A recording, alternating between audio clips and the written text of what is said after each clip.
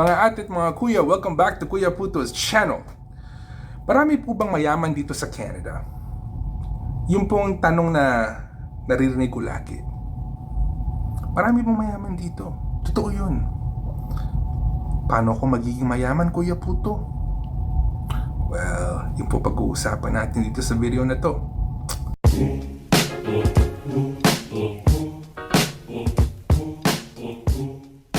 So guys, it's no big secret all over YouTube. Marami nagsasabi, gas na po itong topic na to. Napakataas ng cost of living, ang hirap humanap ng pera, ang hirap humanap ng trabaho dito sa Canada, you know, negative this, negative that. So question ko po sa inyo, bakit marami pa rin mayayaman? Sino nakatira sa mga malalaking bahay na yon? Sino nagdadrive ng magagandang kotse yon? Sino yung bumibili ng kung ano gusto nila, nagbabakasyon dito, nagbabakasyon doon? So ano po ginagawa ng mga taong yun na hindi natin ginagawa? Ano po pag-uusapan natin? So, the number one biggest misconception ng mga kabayan natin dito sa Canada, iniisip po nila yayaman sila sa trabaho nila. Mali po yun. Maling-mali. You know, there's always exceptions to the rule. Kung kunyari doktor kayo, kunyari lawyer kayo, kunyari software engineer kayo, kunyari CEO kayo ng isang malaking kumpanya, mga examples na ganun, yes, of course yayaman kayo dahil napakalaki ng compensation ninyo, di ba? Pero the majority of people that work regular 9-to-5 jobs, sa tingin nyo ba yayaman kayo if you're just gonna depend on your 9-to-5 job? Hindi. You need to use that 9-to-5 job as a step ladder. You need to use that 9-to-5 job as a means to improve yourself instead of 100% depending on it to become rich, because you won't. Trading your time for money will never make you wealthy. Sabi nga po ng mga mayayaman, bumibili kami ng oras with money. Baliktad yung ginagawa nila. So, kailangan ganun po yung mentality na i-adapt natin sa utak natin. Okay? Kung magtatrabaho kayo, ayos yun. Kumita ng pera. Mag-save kayo. You know, learn how to budget. Learn how money works. And then use that job as a platform to grow yourself up the ladder of wealth. Kuya Puto, ano naman yung pinagsasabi mo?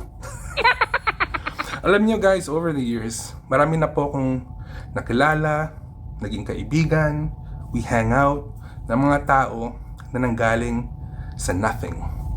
And, you know, they sacrifice several years and next thing you know, they're at that level where they can afford stuff and you can actually consider them as wealthy. Ano po pinagagawa nila?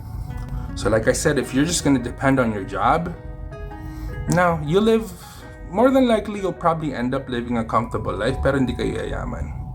So mga kakilala ko po na nakaangat, ginagawa po nila, nagsisave sila from the job that they have. And what they do with that money, they don't let it sleep.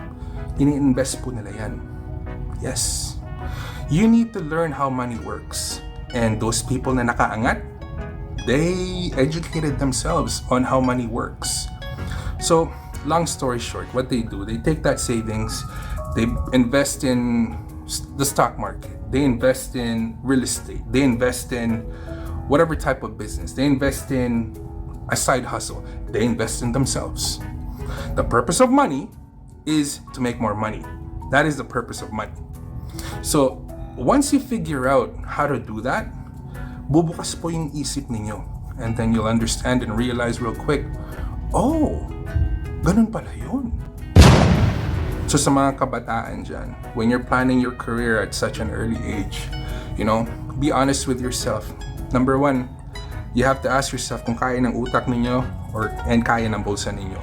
And if the answer is yes, pick a course or a career path that's going to give you a high return on investment.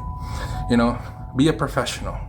This is the part where, you know, ganyan yan eh, dahil not everybody can be professionals, right? But then there's a lot of traditional career paths out there that'll set you up for wealth. lawyer, doctor, software, IT, finance, like any one of those. If you can pick the right one, that can set you up for success. One sure way to become wealthy dito sa Canada is to start your own business. I'm not saying that when you start a business, you're gonna become automatically rich. It doesn't work that way. Obviously, you have to find a business na patok. You have to find a business that is profitable. You have to find a business that is feasible and has the ability and potential to grow. Marami pa akong kakilala mga Vietnamese. Okay, no speak English. Pero what they do, they open up nail stores. Yes, they open up salons. They open up restaurants. Success doesn't happen overnight, but they just kept on it. They did not stop. They just kept on pushing forward. Guess what? Yung mga kaibigan kong Vietnamese, I have one friend that has 4 nail stores. Kausapin ko. I could barely understand him because his accent is so thick. Pag nakita nyo naglalakad sa kalsada, iisipin nyo naka-chinelas lang. Pag summer, naka-shorts lang. Oh, wala naman pera yan eh. But guess what? Boy owns 4 nail stores and at least 4 or 5 rental houses. Yes, looks can be very deceiving. So that's just one example. Okay? Kailangan nyong magtayo ng negosyo. That's the only way to get over the hump. Okay? Dahil the type of return that a successful negosyo will bring you will be way more. You can't even compare than what you can save on a yearly basis with your salary at your normal job. Totoo po yan. So guys, ang pinaka-common na method na ginagawa ng mga tao dito sa Canada to angat sa buhay is usually done through real estate. Yes, I've spoken about this in my previous videos. Totoo po yan. Because kahit saan lupalop ng mundo kayo pumunta, people have to live somewhere. You have to live somewhere. I have to live somewhere. The quicker you get that sorted out, the faster you are ahead of everybody. So karamihan po ng tao dito sa Canada, the moment they get the opportunity to buy a house, they buy a house. A lot of people will disagree with this method, pero it's been proven time and time and time again. So, pag nakabili po kayo ng bahay, magtira kayo dun. 5 years, 6 years, 7 years. Guess what? After X amount of years pass by, benta ninyo. More than likely, it's gonna be way more expensive than what you paid for it originally.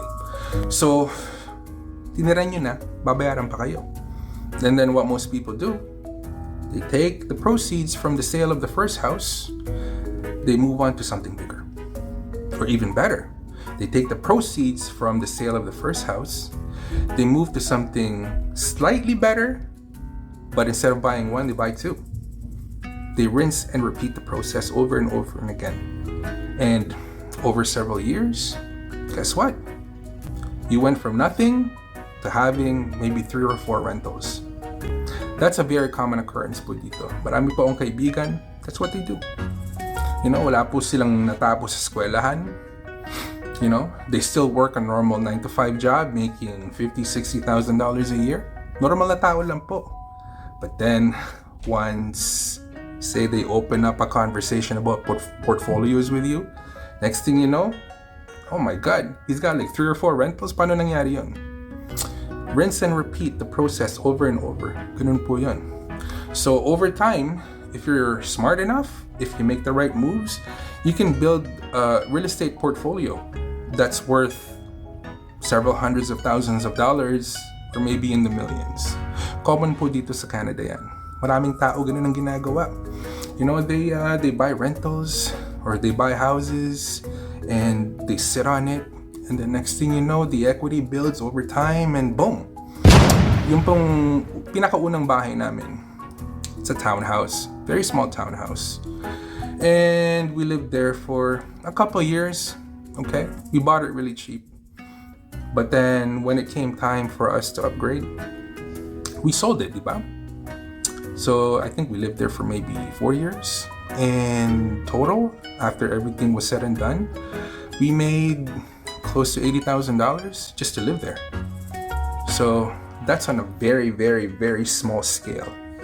A lot of people are doing this on a very, very big scale. So isipin nyo guys, real estate will make you money in the long run if you play the long game and if you play smart. So the last method guys, if you really want to be wealthy dito sa Canada, you need to understand how money works. You need to teach yourself or find somebody that'll teach you how money works. Money and taxes. So guys, the two biggest enemies of people here that are trying to climb up the wealth ladder is ignorance and taxes. Yes, you need to know how money works. That way you're not ignorant. And you need to know how taxes work. That way you can minimize your burden. Because the higher up you climb that ladder, those two things, ignorance and taxes, will constantly bring you down. So if it means taking a course at a school, online or whatever, to learn more about how money works, how you can save money, how, you know, to invest it, how to get returns, blah, blah, blah, blah, blah. There's so many things that you could do. Do it. Don't think twice. Invest in yourself. If you have to pay a mentor, okay, a mentor, go do it. Because it's worth it. It'll pay in dividends in the future because it's either going to save you a lot of money or it's going to save you a lot of headaches. You need to learn how to save. You need to learn how to budget. You need to learn how to be frugal. You need to know when it's a good time to splurge. You need to know when it's not a good time to invest money on something. You know, when it comes to taxes, you got to know all the loopholes. You got to be able to identify where you can, you know, take a little bit off, add a little bit to. So do not skimp out when you are investing in yourself to make your knowledge broader so you can learn more. That way you can save more, you can build more. That's usually the name of the game. So guys, hindi po imposibleng maging mayaman dito sa Canada.